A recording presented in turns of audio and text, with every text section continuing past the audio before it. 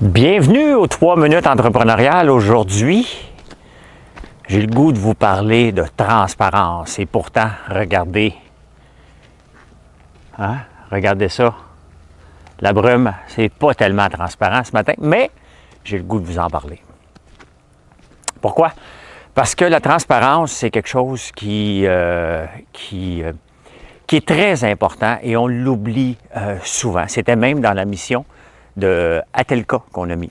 Quand on s'est lancé en affaires dans le domaine du centre d'appel, il y avait un problème dans le domaine du centre d'appel. Il y avait beaucoup, c'était fermé, on ne montrait pas beaucoup les chiffres. Et une des choses qu'on s'était dit, c'est que nous, il faut faire différent et on va être transparent. Et ce qui a fait de notre force, les clients pouvaient venir chez nous. C'était nouveau là, dans le temps. Là. Les clients ne pouvaient pas rentrer dans un centre d'appel comme ça sans... ça ne se faisait pas. Nous, on leur a dit, regarde, venez vous asseoir ici, vous avez accès aux chiffres, vous avez accès à tout. Et pourquoi? Ben, parce qu'on n'avait rien à cacher.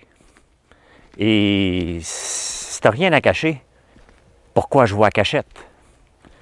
C'est parce que le problème, c'est que notre client est supposé être notre partenaire.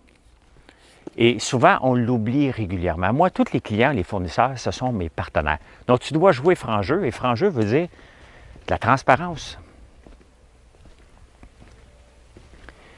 Je vous raconte une anecdote. 3-4 ans après qu'on soit lancé en affaires, tu sais, quand on se lance, on ment un petit peu. C'est bien beau la transparence, là, mais des fois, c'est parce que tu n'auras pas le contrat si tu la joues si petit. Ouais, on est petit, on est cassé, on n'est pas grand. Non, non, il faut que tu joues dans la Ligue des grands si tu vas avoir des contrats de grands. Fait qu'on avait menti un petit peu, tu sais. Disant que nous autres, on n'a pas de problème d'argent puis que ça allait bien nos affaires, jusqu'à temps que les fournisseurs ne payent pas pendant quelques mois. Et il arrive un moment donné qu'on n'est plus capable de faire la paye. Et je me souviens de cette journée-là, je conduisais vers Saint John au Nouveau-Brunswick et j'avais un appel avec Georges. Et Georges a décidé d'appeler les fournisseurs et leur dire « Hey, on a menti, OK? On est cassé et si vous ne nous payez pas, on va être obligé de fermer. Parce que tu ne peux pas ne pas payer la paye. » Et cette journée-là, la transparence avait payé parce que c'était de piler sur notre orgueil.